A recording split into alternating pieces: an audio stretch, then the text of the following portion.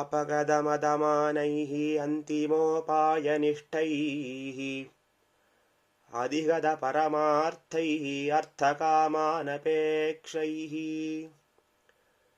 निखिलजनसुहृद्भिर्निर्जितक्रोधलोभैः वरवरमुनिभृत्यैरस्तु मे नित्ययोगः। श्रीशैलेशदयापात्रं धीभक्त्यादिगुणार्णवम् यतीन्द्रप्रवनं वन्दे ரம்யஜாமாதரம் முனிம்.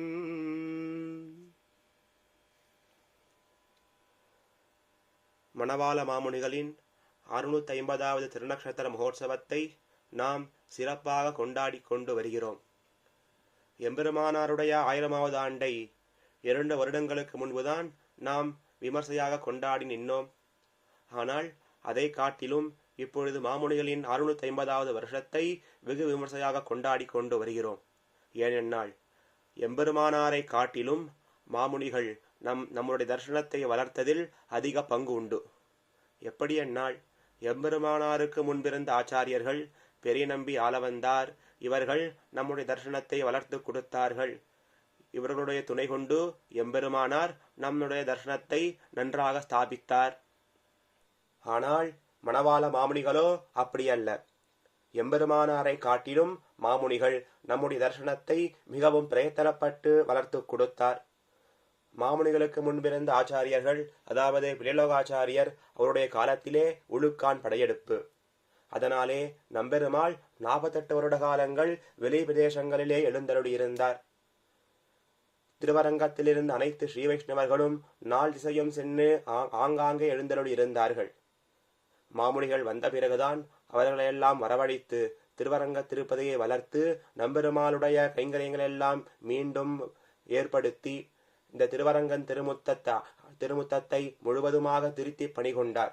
நம்முடைய தர்சனத்தையும் மீண்டும் ஸ்தாபித்தார். ஆகையாலே எம்பெருமானாரை காட்டிலும் மணவாள மாமுனிகளுக்கே அதிக பங்கு. அதனால்தான் அவரை நாம் கொண்டாடி நிற்கிறோம். நித்தியமும் அவருடைய வாழி திருநாமங்களையும் அடியார்கள் வாழ அரங்கநகர் வாழ சடகோபன் தன் தமிழ் நூல் வாழ கடல் சூழ்ந்த மண்ணுலகம் வாழ மணவாள மாமுனியே இன்னும் ஒரு நூத்தாண்டிரும் என்று இந்த பாசுரத்தை நாள்தோறும் நாம் அனுசந்தித்துக் கொண்டே வருகிறோம். ஆகையால்தான் இந்த மாமுனிகளின் 650வது திருநக்ஷத்திர உற்சவத்தை நாம் வெகு விமர்சையாக கொண்டாடி கொண்டு வருகிறோம். இந்த சந்தர்ப்பத்திலே மாமுனிகளின் வைபவங்களையும் அவர் அருளிச் செய்துள்ள கிரந்தங்களினுடைய பெருமகளையும் நாம் அனுபவித்துக் கொண்டு வருகிறோம். ஆனால் இந்த காலத்திலே மாமுனிகளை ரட்சித்து அவருக்கு அந்தரங்க கைங்கரியங்களை எல்லாம் செய்து கொண்டு வாழ்ந்தவருடைய வைபவங்களையும் நாம் இப்பொழுது அனுபவித்தே தீர வேண்டும். ஆகையால்தான் மணவாள மாமுனிகளும் அஷ்டதிகஜங்களும் என்கிற தலைப்பிலே நாம் இப்பொழுது அனுபவிக்க உள்ளோம். மணவாள மாமுனிகளுக்கு எத்தனையோ பிரதான சிஷ்யர்கள் இருந்தார்கள். ஆனால் அவர்களை காட்டிலும் மிகவும் பிரதானமாக விளங்கக்கூடியவர்கள் 8 சுவாமிகள். எப்படி எம்பெருமானார் 74 சிம்மாசனாதிபதிகளை ஏற்படுத்தினாரோ அதே போல மணவாள மாமுனிகள் 8 சுவாமிகளை அஷ்டதிகஜங்களாக ஏற்படுத்தினார். எப்படி இந்த அண்டத்தை 8 யானைகள் 8 பக்கமும் நின்று கொண்டு தாங்கி நிற்கிறதோ அதே போலே மணவாள மாமுனிகளை இந்த 8 சுவாமிகளும் 8 யானைகள் போல் நின்று தாங்குகிறார்கள். மாமுனிகள் ரட்சித்துக் கொண்டும் அவரை சதா சர்வகாலமும் அனுபவித்துக் கொண்டும் நிற்கிறார்கள். ஆகையால் தான் இவர்களை நாம் அஷ்டதிகஜாச்சாரியர்கள் என்று அனுபவிக்கிறோம், கொண்டாடுகிறோம். இந்த 8 சுவாமிகளின் திருநாமங்களும் வானமாமலை ராமானுஜீயர், பரவஸ்து பட்டர்பிரான்ஜீயர், திருவேங்கட ராமானுஜீயர், கோயில் கந்தாடை அண்ணன், பிரதிவாதி பயங்கரமண்ணா, எறும்பியப்பா, அப்பில்லார், அப்பிள்ளை. இந்த 8 சுவாமிகளும் மாமுனிகளை எப்படியெல்லாம் ஆசிரியித்தார்கள், இவர்கள் என்னென்ன கைங்கரியங்கள் எல்லாம் செய்தார்கள் என்று இனி நாம் மேற்கொண்டு அனுபவிக்க தொடங்குவோம். திருவாய்மொழி பிள்ளை அவருடைய சர்ம தசையிலே மணவாள மாமுனிகளை அழைக்கிறார். அப்பொழுது மாமுனிகள் சந்நியாசாசிரமத்தை ஸ்வீகரிக்கவில்லை.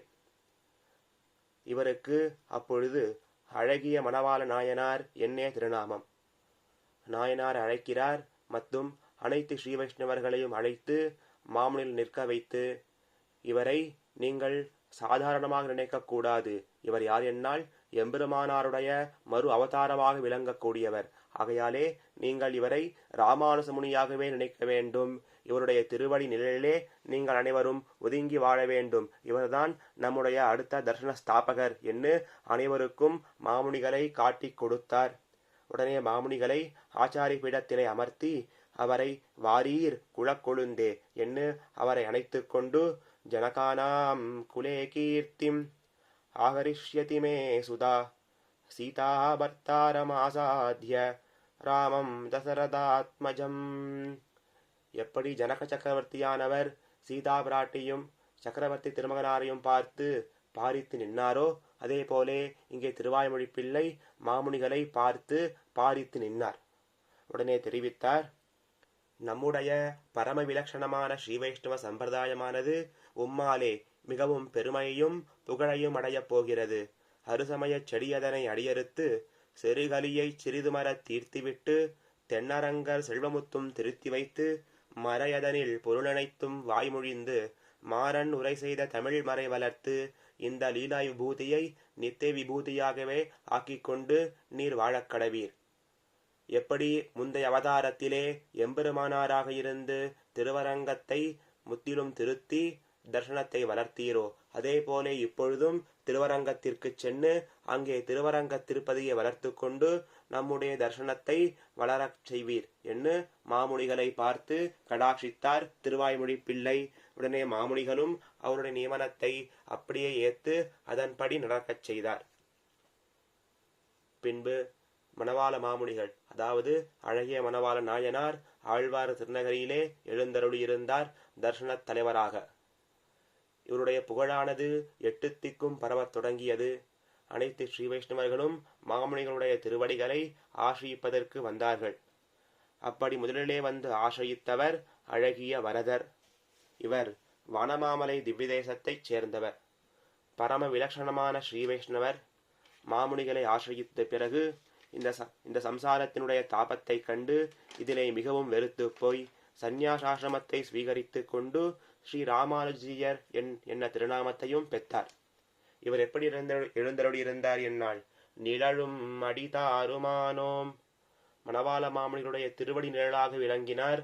இவருக்கு பொன்னடிக்கால் ஜீயர் என்ன திருநாமமானது மிகவும் வசதியாக அமைந்தது. மணவாள மாமுனிகளின் பொன்னடியாகவே விளங்கினார். இவருடைய தனிநிலே நாம் இதை அனுபவிக்கலாம். ரம்ய ஜாமாத்ரி யோகி இந்திர பாதரேகாமயம் சதா. இவரே முதலிலே மாமுனிகளை ஆசிரித்தவர். இவர் பொன்னடி பற்றுதான் அனைத்து ஸ்ரீ வைஷ்ணவர்களும் வரத் தொடங்கினார்கள். ஆகையால் கூட பொன்னடிக்கால் ஜீயர் என்ற திருநாமமானது மிகவும் பிரசித்தியாக அமையும்படி இருக்கிறது. இவரே மணவாள மாமுனிகளின் அஷ்டதிக்கஜங்களிலே முதலிலே வந்து ஆசிரித்தவர். இவர்தான் வானமாமலை ராமானுஜ ஜீயர். இவரை தொடர்ந்து இரண்டாவதாக வந்து ஆசிரித்தவர் பரவஸ்து பட்டர்பிரான் ஜீயர். இவருடைய திருநாமம் கோவிந்த தாசரப்பர். இவர் எம்பெருமானாருடைய 74 சிம்மாசனாதிபதியிலே ஒருவராக விளங்கக்கூடிய நடுவிலாழ்வான் சுவாமியின் திருவம்சத்திலே உதித்தவர்.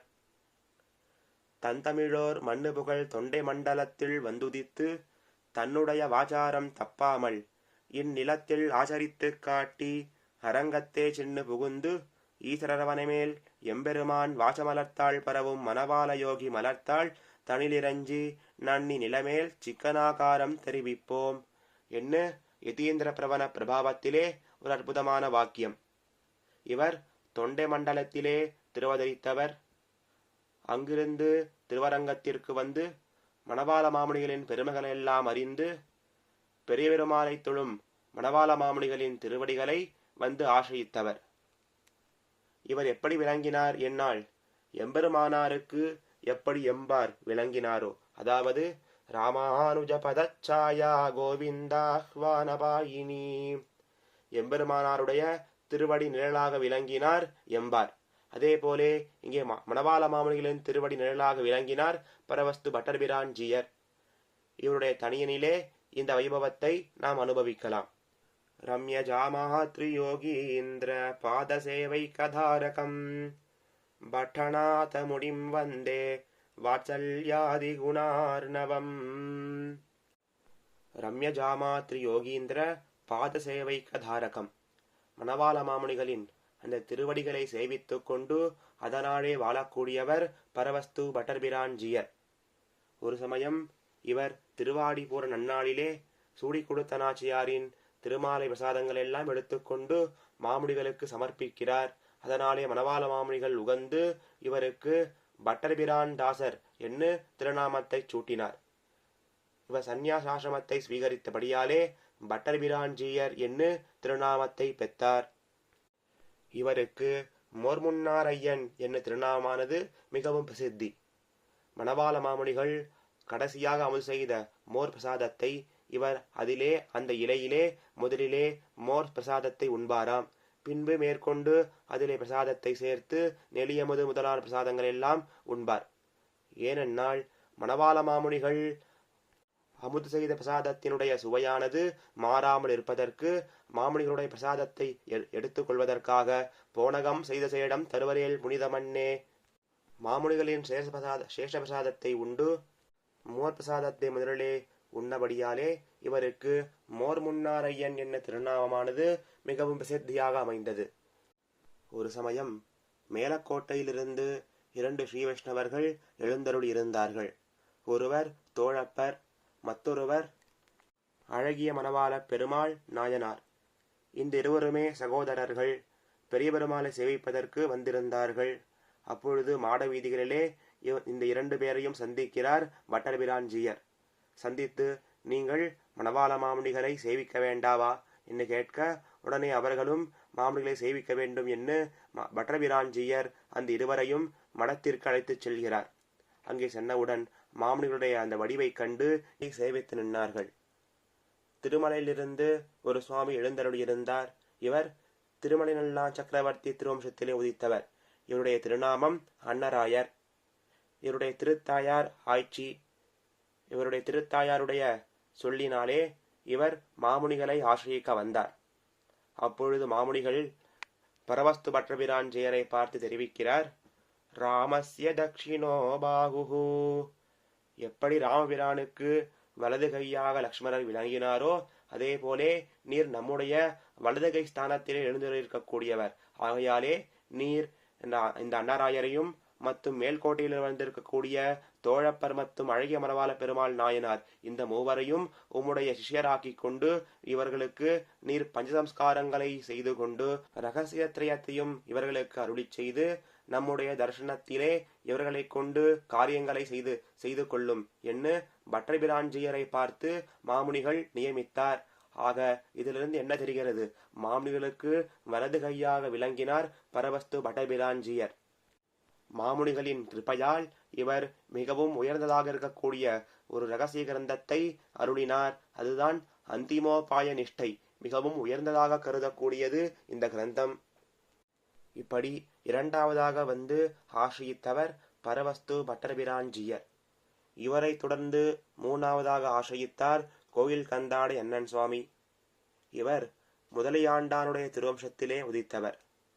ஒரு சமயம் பெரிய பெருமாள் இவருடைய சொப்பனத்திலே தோன்றி, நமக்கு அந்தரங்க கைங்கரியம் செய்திருக்கக்கூடிய திருவனந்தாழ்வான் இந்த நில உலகத்திலே மணவாள மாமுனிகளாக வந்து திருவதரித்துள்ளார்.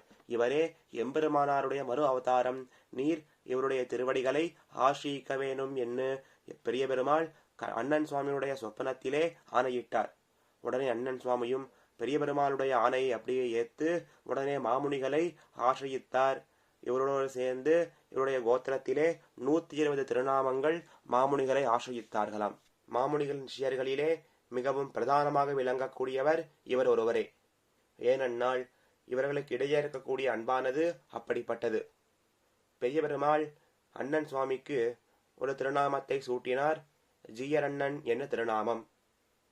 ஜீயரிடம் அன்புள்ள அண்ணன் என்று பொருள். அதாவது மாமுனிகளிடம் அண்ணனுக்கிருந்த அந்த அன்பை கண்டு பெரிய பெருமாள் இப்படி திருநாமத்தை சாட்டினார். இதே போல தேவப்பெருமாளும் ஒரு திருநாமத்தை சூட்டினார். அண்ணன்ஜியர் என்ன திருநாமம். மணவாள மாமுனிகளுக்கு அண்ணனிடத்திலே இருக்கக்கூடிய அந்த அன்பை கண்டு தேவப்பெருமாள் அண்ணஞ்சியர் என்ற திருநாமத்தை சூட்டினார். அண்ணனுக்கு நிரூபகம் மாமுனிகள் சம்பந்தம், மாமுனிகளுக்கு நிரூபகம் அண்ணனுடைய சம்பந்தம். ராமானுஜம் லக்ஷ்மண பூர்வஜம் ச என்பது போலே ராமனையிட்டு இளைய பெருமாளுக்கு பெருமை அவருடைய தம்பி எண்ணு, லக்ஷ்மணரையிட்டு பெருமாளுக்கு பெருமை அவருடைய அண்ணன் எண்ணு. ஆக இதிலிருந்தே நமக்கு நன்கு தெரிகிறது இவர்களுக்கு இடையே இருக்கக்கூடிய அந்த அன்பானது மிகவும் பிரசித்தியாக அமைந்தது. அதனால்தான் அண்ணன் சுவாமி மாமுனிகளின் பிரதான சிஷ்யராக விளங்கினார். இப்படி மூன்றாவதாக வந்து ஆசிரியித்தார் கோயில் அண்ணன். அண்ணன் சுவாமி 13 பாசுரங்களினாலே கண்ணினும் சிறுத்தாம்பி என்ன ஒரு அற்புதமான திவ்ய பிரபந்தத்தை அருளிச் செய்துள்ளார். இதை தவிர வரவரமுனி அஷ்டகம், உபதேசரத்தினமாலைக்கு தனியன், இப்படி பற்பல கிரந்தங்களை அருளிச் செய்துள்ளார். இவரை தொடர்ந்து நான்காவதாக வந்து ஆசிரியித்தார் எறும்பியப்பா. இவருக்கு தேவராஜகுரு என்று திருநாமம்.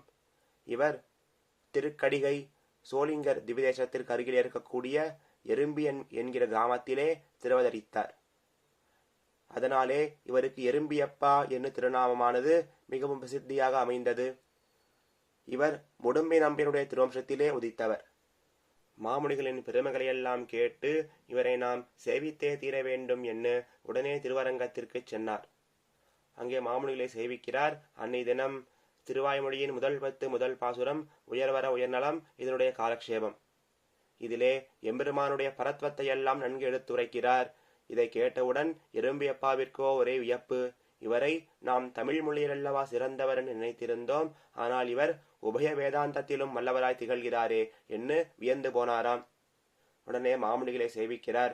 மாமுனிகளும் இவரை குளிர கடாட்சித்து நீர் இங்கேயே பிரசாதம் எடுத்துக் கொள்ளலாமே என்று சொல்ல, உடனே எறும்பியப்பாவிற்கோ ஒரே தர்ம சங்கடமாயித்து. ஏனென்னால் சாமானிய சாஸ்திரமானது ஒரு விஷயத்தை தெரிவிக்கிறது.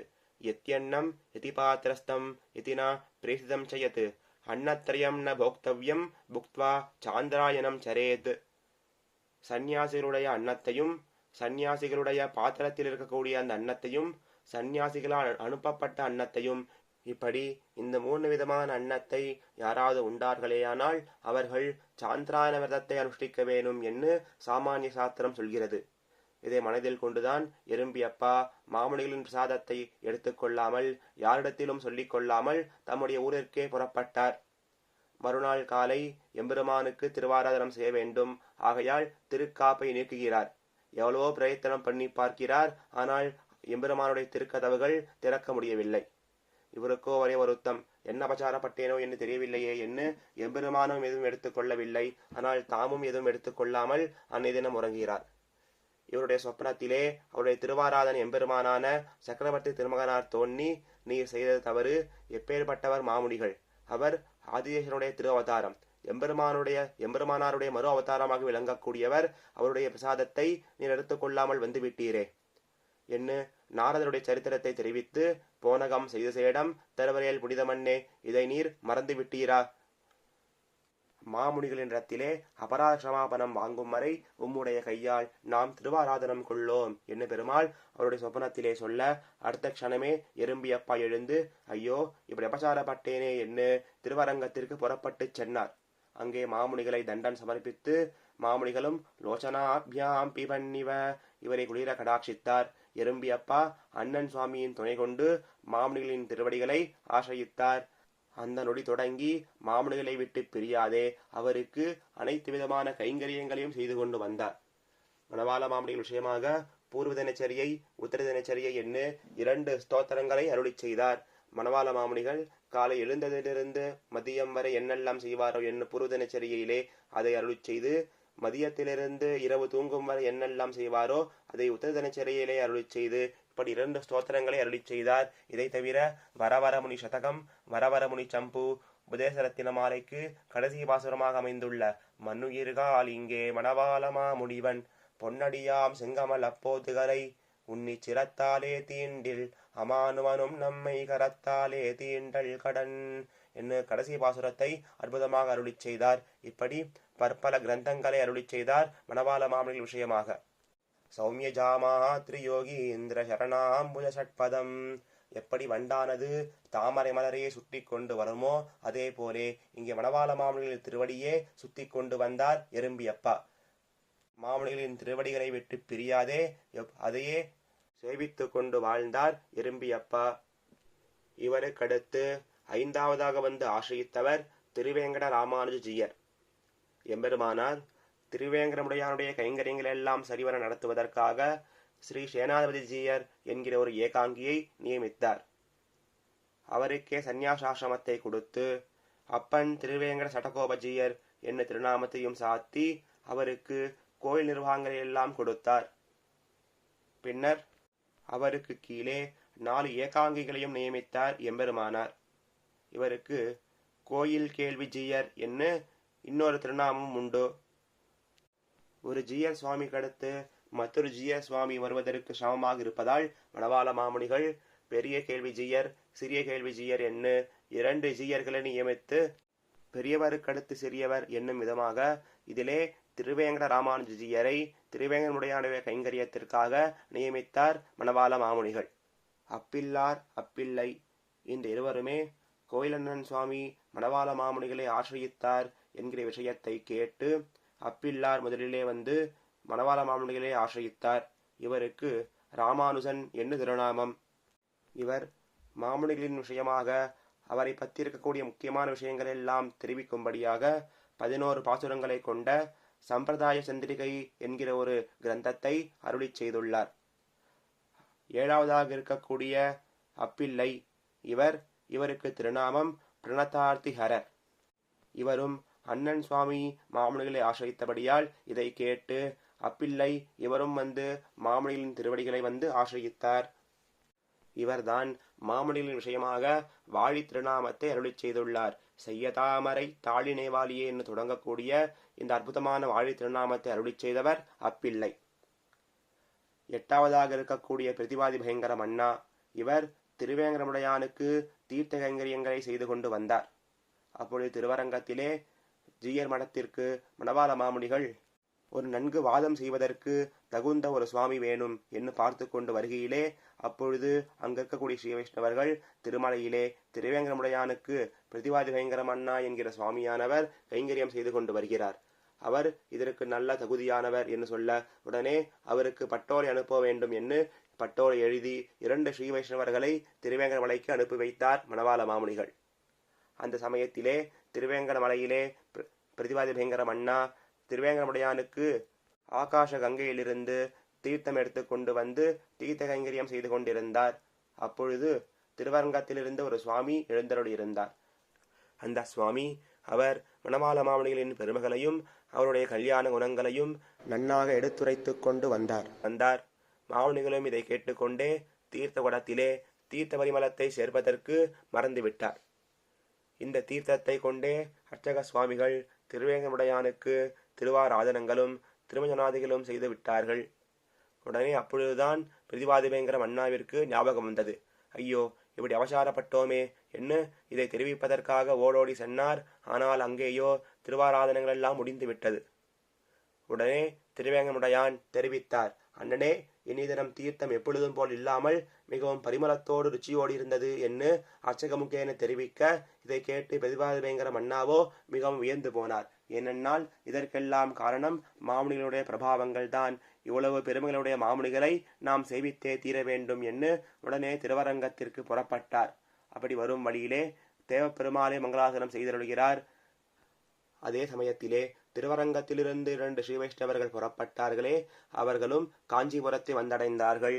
அங்கே பிரதிவாதி பயங்கரம் அண்ணாவை பார்த்து இந்த பட்டோலையை காட்ட அவரும் மிகவும் மகிழ்ந்து உடனே திருவரங்கத்திற்கு புறப்பட்டு சென்னார். அங்கே மாமுனிகளை பார்த்து தண்டன் சமர்ப்பித்து மாமுனிகளும் அண்ணாவை குளிர கடாட்சித்து பிரதிவாதி பயங்கரம் அண்ணாவும் மணவாள மாமுனிகளை திருவடிகளை ஆசையித்தார். மணவாள மாமுனிகள் பிரதிவாதி பயங்கரம் அண்ணாவிற்கு ஸ்ரீபாசி சிம்மாசன பட்டாபிஷேகத்தை செய்து வைத்தார். இப்படியாக இந்த 8 சுவாமிகளும் மணவாள மாமுனிகளை வந்து ஆசிரியித்தார்கள். இந்த 8 பேரும் என்னென்ன கைங்கரியங்கள் எல்லாம் செய்தார்கள், மாமுனிகளுக்கு என்ன ஸ்தானத்திலே எழுந்தருளியிருந்தார்கள் என்று மேற்கொண்டு சுருக்கமாக பார்ப்போம். பால்யாத் பிரபுதி சுஷ்ணிக்தஹா இந்த வார்த்தையானது சக்கரவர்த்தி திருமகனார் லக்ஷ்மணனை பார்த்து அருள் செய்த வார்த்தை. ஸ்ரீராமபிரான் பால்ய வயது தொடங்கி அவருடைய கடைசி காலம் வரை எப்படி லக்ஷ்மணன் அவருக்கு கைங்கரியங்களை எல்லாம் செய்தாரோ, அதே போலே மணவாள மாமனியுடைய சந்நியாசாசிரமம் ஸ்வீகரிப்பதற்கு முன்பே அவரை ஆசிரியித்து அவருக்கு கடைசி காலம் வரை அனைத்து விதமான கைங்கரியங்களையும் செய்து கொண்டு வந்தார் வானமாமலை ஜீயர். அடுத்து இரண்டாவதாக கந்தாடையண்ணன் சுவாமி. இவர் ராமானுஜ முனீந்திரஸ்ய ஸ்ரீமான் தாசரதிர்யதா. எப்படி எம்பெருமானாருக்கு முதலியாண்டான் எழுந்தருளி இருந்தாரோ, எம்பெருமானாருடைய பாதுகாஸ்தானத்திலே முதலியாண்டான் எழுந்தருளியிருந்தாரோ, அதே போல மணவாள மாமுனிகளுக்கு பாதுகாஸ்தானத்தில் எழுந்தருளியிருந்தவர் கோயிலண்ணன் சுவாமி. அது மட்டுமல்லாமல் அத்தியந்தம் பிரீத்தி விஷய பூதராய் எழுந்தருளியிருந்தார். அதாவது அண்ணன் சுவாமி மிகவும் அன்போடு இருந்தார் மாமுனிகளிடத்திலே. அதை காட்டிலும் மணவாள மாமுனிகள் அண்ணனிடத்திலே மிகவும் அன்போடு இருந்தார். மூன்றாவதாக எறும்பியப்பா. இவர் வடுகநம்பி ஸ்தானத்திலே எழுந்தருளி இருந்தார். எப்படி எம்பெருமானாருக்கு வடுகநம்பி இருந்தாரோ, வடுகநம்பி தெய்வமத்தறியாதவராயிருந்தார், தமக்கு தெய்வம் எல்லாம் எம்பெருமானார்தான் என்றிருந்தார். அதே போலே வடுகநம்பியை போலே இங்கே மணவாள மாமுனிகளுக்கு எறும்பியப்பா எழுந்தருளி இருந்தார். அடுத்து பிரதிவாதி பயங்கர மன்னா. இவர் கூரத்தாழ்வான் போலே எழுந்தருளி இருந்தார். எம்பெருமானாருக்கு ஸ்ரீபாஷத்தை எழுதுவதற்கு கூரத்தாழ்வான் உஷா துணையாக இருந்தார். அதே போலே மணவாள மாமுனிகளுக்கும் இங்கே ஸ்ரீபாஷத்திற்கு உஷா துணையாக இருந்தவர் பிரதிவாதி பயங்கர மன்னா. அடுத்து அப்பிள்ளை. இவர் தமிழ் மொழியிலே வல்லவராய் இருந்தபடியாலே இவர் மணவாள மாமுனிகளுக்கு திருவாய்மொழி முதலான திவ்ய பிரபந்தங்களுக்கு உதவியாயிருந்தார். அதை தவிர மாமுனிகளின் நியமனத்தாலே இயற்பாவில் முதல் 5 அந்தாதிகளுக்கு வியாக்கியானமிட்டுள்ளார். எதிராத விம்சதிக்கும் வியாக்கியானமிட்டுள்ளார். அடுத்து அப்பிள்ளார். இவர் மடத்தினுடைய ஸ்ரீ காரியமாக விளங்கினார். மடத்தினுடைய அனைத்து பொறுப்புகளையும் ஏற்று சரிவர நடத்தி கொண்டு இருந்தார். மணவாள மாமுனிகளுக்கு உண்டான பிக்ஷா கைங்கரியத்திற்கு அந்த அமுது பிரசாதங்கள் எல்லாம் சரியாக வருகிறதா என்று பார்த்து கொண்டு அனைத்தையும் நிர்வகித்து கொண்டு வந்தார் அப்பிள்ளார். அடுத்ததாக இருக்கக்கூடியவர் பரவஸ்து பட்டர்பிரான் ஜீயர். இவர் எப்படி எம்பெருமானாருக்கு எம்பார் எழுந்தருள் இருந்தாரோ, அதே போலே இங்கே பரவஸ்து பட்டர்பிரான் ஜீயர் மணவாள மாமுனிகளுக்கு திருவடி நிழலாக விளங்கினார். இப்படி ஒவ்வொரு சுவாமிகளும் மணவாள மாமுனிகளுக்கு அத்தானி சேவகம் செய்து கொண்டு மாமுனிகளின் திருவடி நிலையே கதி எண்ணி இருந்தார்கள். பாராருமங்கை திருவேங்கடமுனி பட்டர்பிரான் ஆராமம் சூழ் கோயில் கந்தாடையண்ணன் எறும்பியப்பா ஏராரும் அப்பிள்ளை அப்பிள்ளார் வாதி பயங்கரர் என் பேரார்ந்த திக்கையன் சூழ் வரயோகியைச் சிந்தியுமே. இப்படி இந்த அஷ்டதிக்கஜங்களும் சூழ்ந்திருக்கக்கூடிய மணவாள மாமுனிகளை சிந்தித்து கொண்டும் எப்படி இவர்களெல்லாம் மணவாள மாமுனிகளுக்கு கைங்கரியங்கள் எல்லாம் செய்து கொண்டு அவருடைய திருவடி நிலையே கதியாக இருந்தார்களோ, அதே போல நாமும் மாமுனிகளுடைய திருவடி நிலையை வணங்கி கொண்டு வாழ்வோமாக என்று கூறி அடியேன் இவ்வுரையை தலை கட்டுகிறேன். ஸ்ரீமதே ரம்யஜாமா திரு முனீந்திராய மகாத்மனே ஸ்ரீரங்கவாசினே பூயாட் நித்யஸ்ரீஹி நித்யமங்கலம். ஆழ்வார் திருவடிகளே சரணம். எம்பெருமானார் திருவடிகளே சரணம். ஜீயர் திருவடிகளே சரணம்.